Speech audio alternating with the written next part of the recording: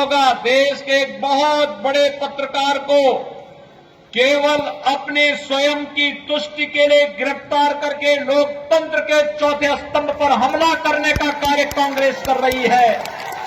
कांग्रेस अपनी नाकामी को छुपाने के लिए देश के अंदर अराजकता पैदा करने का कार्य कर रही है। और भाइयों बहनों, देश के अंदर अराजकता पैदा करने की छूट हमें किसी को नहीं देनी चाहिए। और यही आह्वान करने के लिए आज मैं आपके पास आया हूं कि लड़ाई बिहार विधानसभा चुनाव के 2 चरणों की लड़ाई संपन्न हो चुकी है। तीसरे चरण में आप सभी को अपने मताधिकार का प्रयोग करना है और आपके सामने मुद्दे स्पष्ट हैं। आपके हित के लिए कार्य करने वाली भारतीय जनता पार्टी और जदयू की सरकार योजनाओं के लाभ में कोई भेदभाव किसी के साथ नहीं, सुरक्षा के मुद्दे पर किसी के साथ कोई समझौता नहीं, और आतंकवाद और नक्सलवाद से कैसे निपटना है ये तो आपने देखा होगा मोदी जी की स्टाइल को। याद करिए, कांग्रेस की सरकार थी और उस समय कांग्रेस के नेतृत्व की सरकार को राजद भी समर्थन कर रहा था। मुंबई में आतंकी हमला होता है और आतंकी हमले के समय जब देश की जनता ने इस बात को देखा कि इस हमले के पीछे पाकिस्तान का हाथ है, देश की जनता चाहती थी पाकिस्तान को सबक सिखाया जाना चाहिए। लेकिन कांग्रेस का नेतृत्व भयभीत हो गया, कहने लग गया कि नहीं, पाकिस्तान के खिलाफ हम कार्रवाई नहीं कर पाएंगे क्योंकि पाकिस्तान के पास एटम बम है, कहीं ऐसा न हो एटम बम का वो दुरुपयोग कर देगा। लेकिन भाइयों बहनों, फरवरी 2019 की तिथि याद करिए, जब पुलवामा में पाकिस्तान परस्त आतंकवादियों ने कायराना हमला हमारे सीआरपीएफ के जवानों पर किया था, और तब प्रधानमंत्री मोदी जी ने कहा था यह देश अपने जवानों की शहादत का बदला लेगा, उसकी कीमत पाकिस्तान को चुकानी पड़ेगी।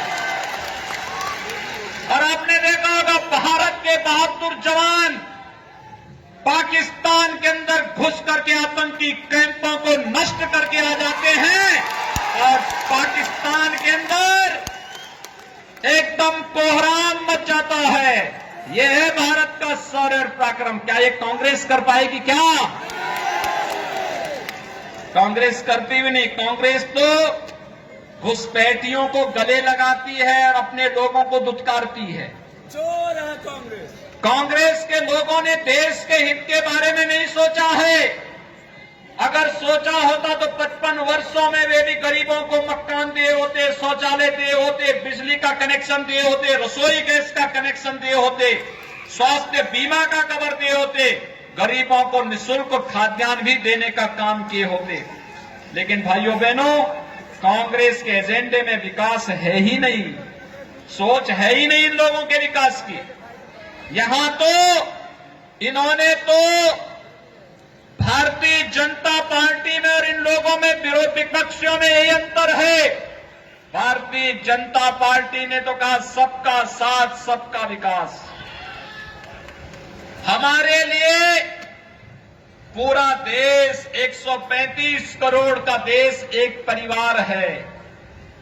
हम सोचेंगे 135 करोड़ लोगों के बारे में सोचेंगे, 135 करोड़ लोगों की सुरक्षा के हितों को संरक्षण देंगे। लेकिन कांग्रेस के लोग तो एक ही परिवार, एक ही पार्टी, और उसके बाहर वे देख भी नहीं सकते, उससे बाहर वो किसी को जान भी नहीं सकते, उसके लिए उनको कार्य करना भी नहीं है। और भाइयों बहनों, यही कारण है जब मोदी जी ने दूसरी बार प्रधानमंत्री पद की शपथ ली तो शपथ लेने पे प्रधानमंत्री मोदी जी ने कहा 5 वर्ष गरीबों के लिए, अगले 5 वर्ष भारत के उत्थान के लिए।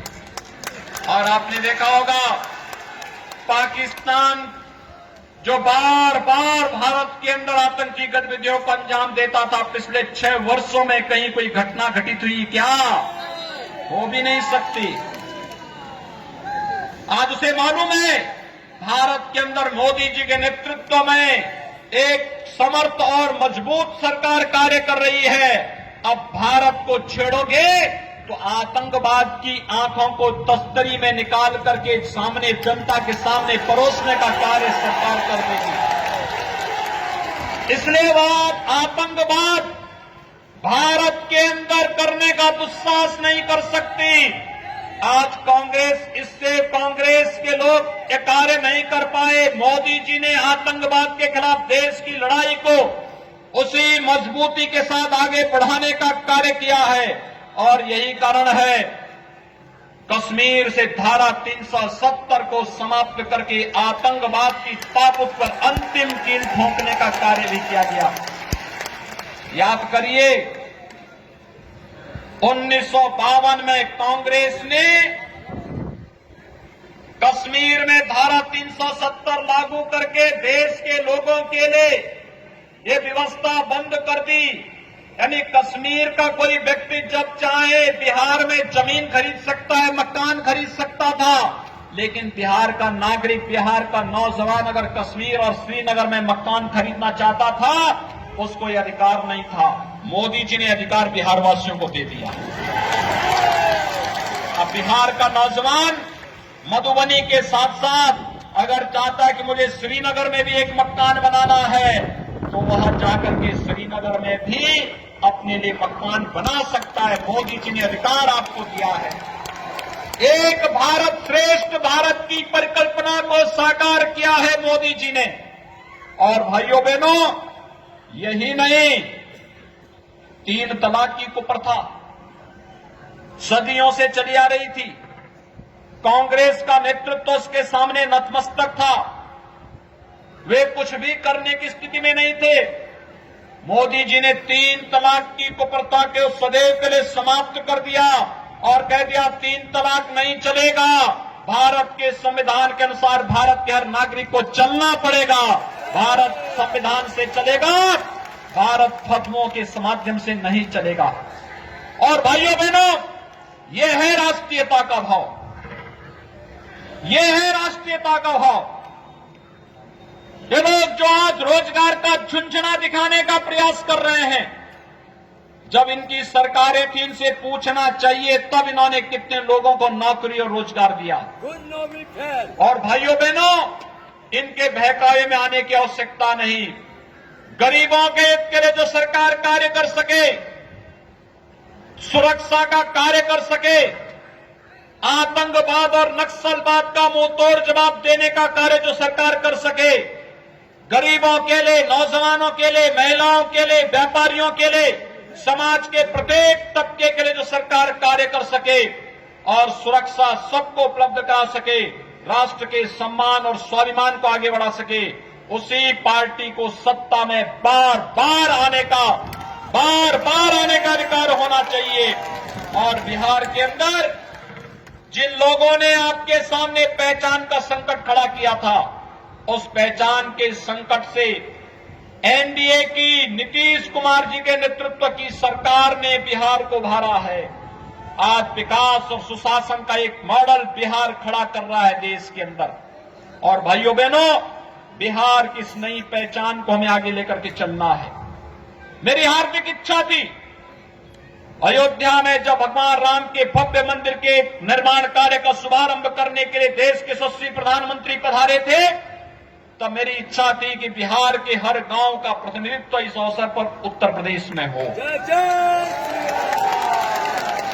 लेकिन भाइयों बहनों, कोरोना के खिलाफ लड़ाई मैं जानता हूं, चाहते हुए भी हम लोग इस अवसर पर ये नहीं कर पाए। लेकिन हम लोगों ने देखा होगा, आपने एक एक कार्यक्रम का लाइव टेलीकास्ट देखा है और हर व्यक्ति इस बारे में गौरव की अनुभूति करता है। अयोध्या में भगवान राम के भव्य मंदिर से प्रसन्न है ना? सभी लोग तैयार हैं? और कोरोना समाप्त होगा तो बिहार के लोगों को कार सेवा करने के लिए अयोध्या में बहाना है। अब अयोध्या में कोई गोली नहीं चला सकता। अब तो अयोध्या में आपका मेहमानों की तरह स्वागत होगा।